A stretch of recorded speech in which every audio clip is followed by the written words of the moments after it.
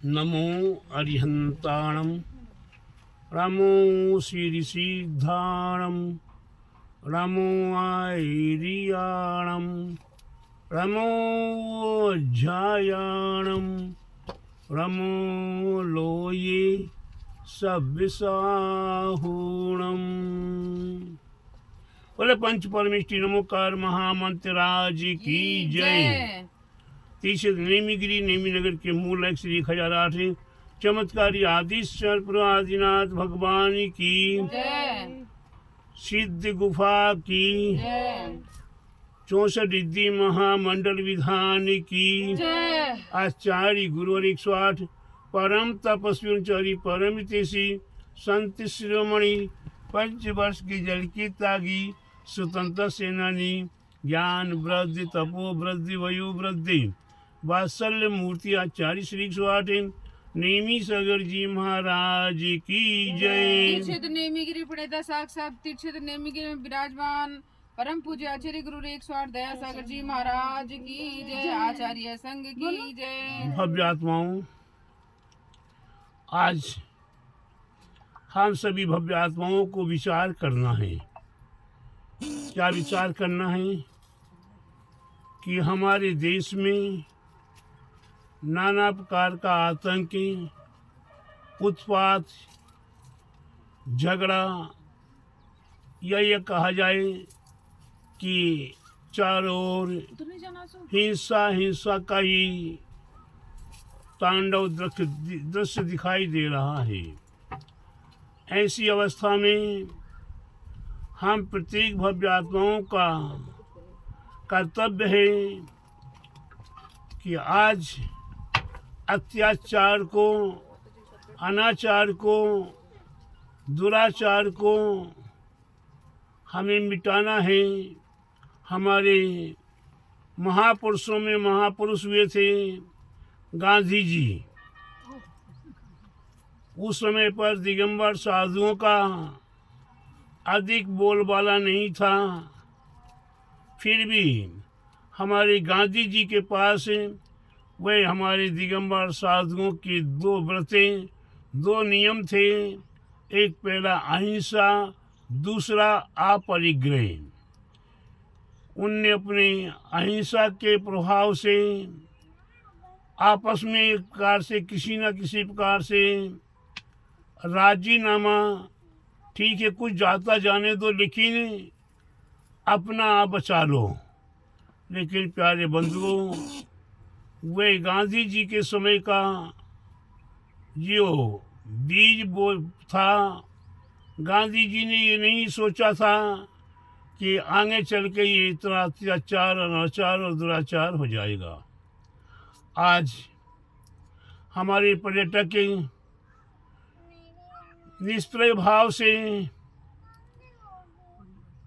घूमने के उद्देश्य से जगह जगह पर जाने का विचार करते हैं और ऐसे मौके पर पूर्ण सावधानी से शुद्ध सात्विक विचारों के साथ जाते हैं और वह अत्याचार, वह अनाचार, वह दुराचार, बच्चे को और औरतों को तुमने बगल में खड़ा कर लिया और उनके सामने सामने ही तुमने उनके पति को मृत्यु के घाट उतार दिया।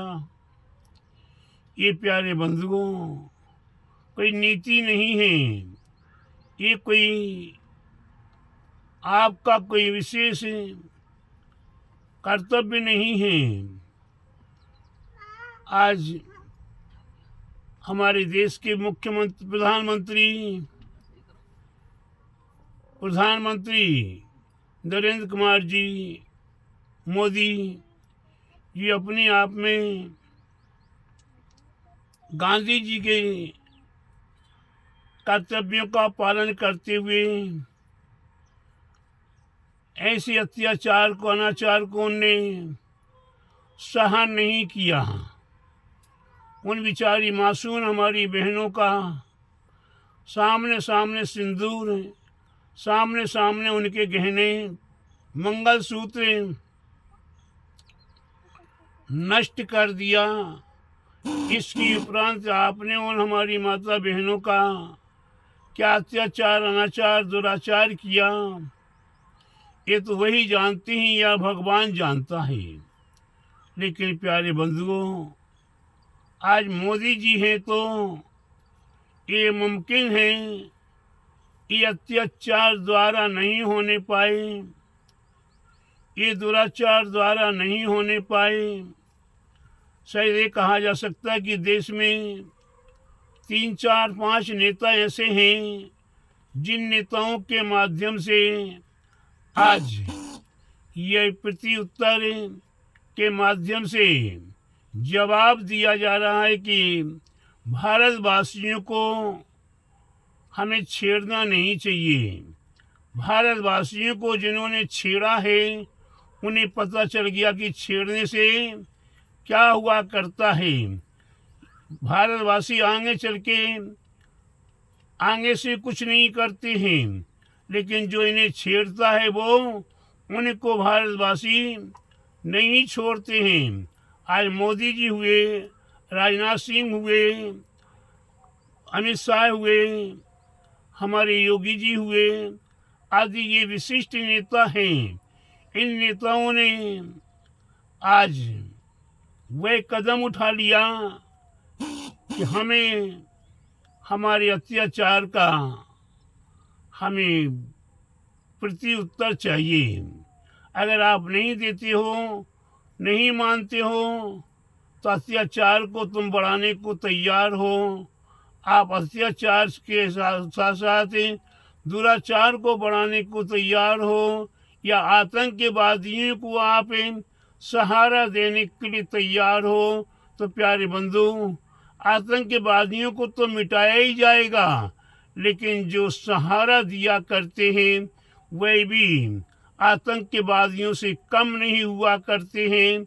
इसलिए प्रत्येक भव्यात्माओं को चाहिए कि हम भारतवासी हैं, हम हिंदुस्तानी हैं, हमें अपने हिंदुस्तान को बचाना है, हमें अपने कर्तव्यों का पालन करना है। ये धर्मनिष्ठ देश है। इस देश में सभी को धर्म करने का अपना अपना अधिकार है।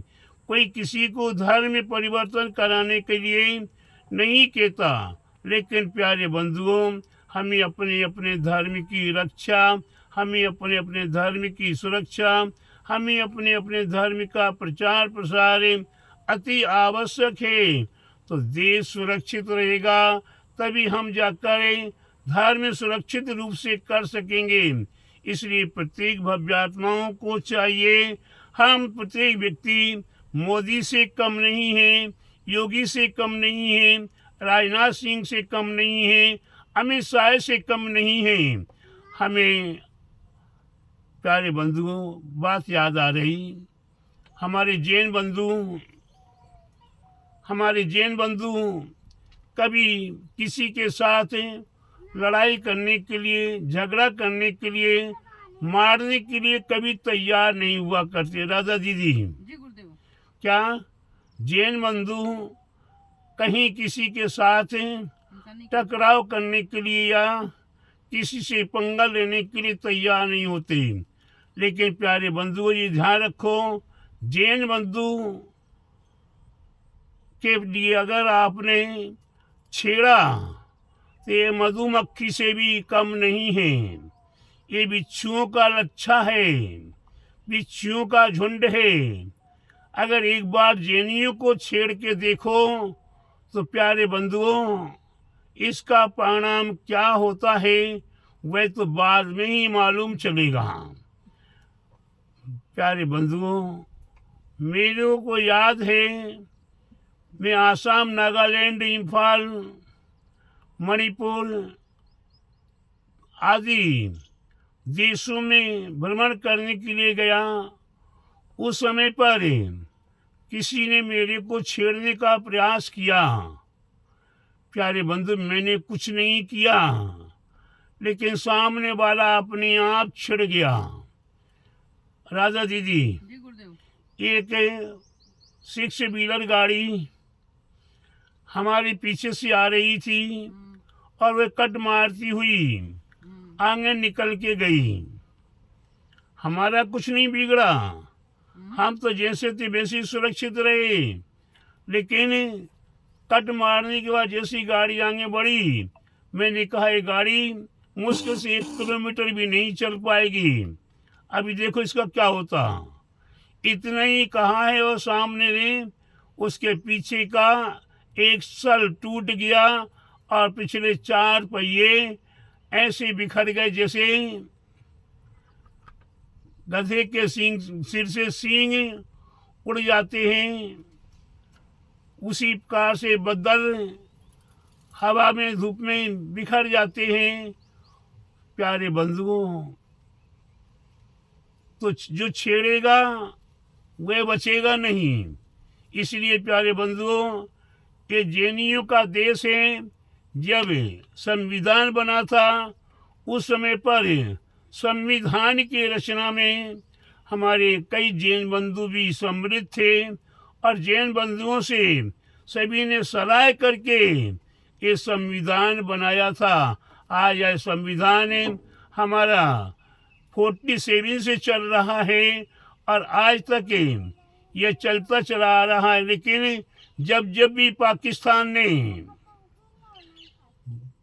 हिंदुस्तान के ऊपर आंख उठाने का प्रयास किया, चाहे वो 71 के समय में किया हो और चाहे उससे और भी पहले किया, उसके बाद भी किया, प्यारे बंधुओं, जब भी किया तब तक हार माननी पड़ी, सिलेंडर होना पड़ा।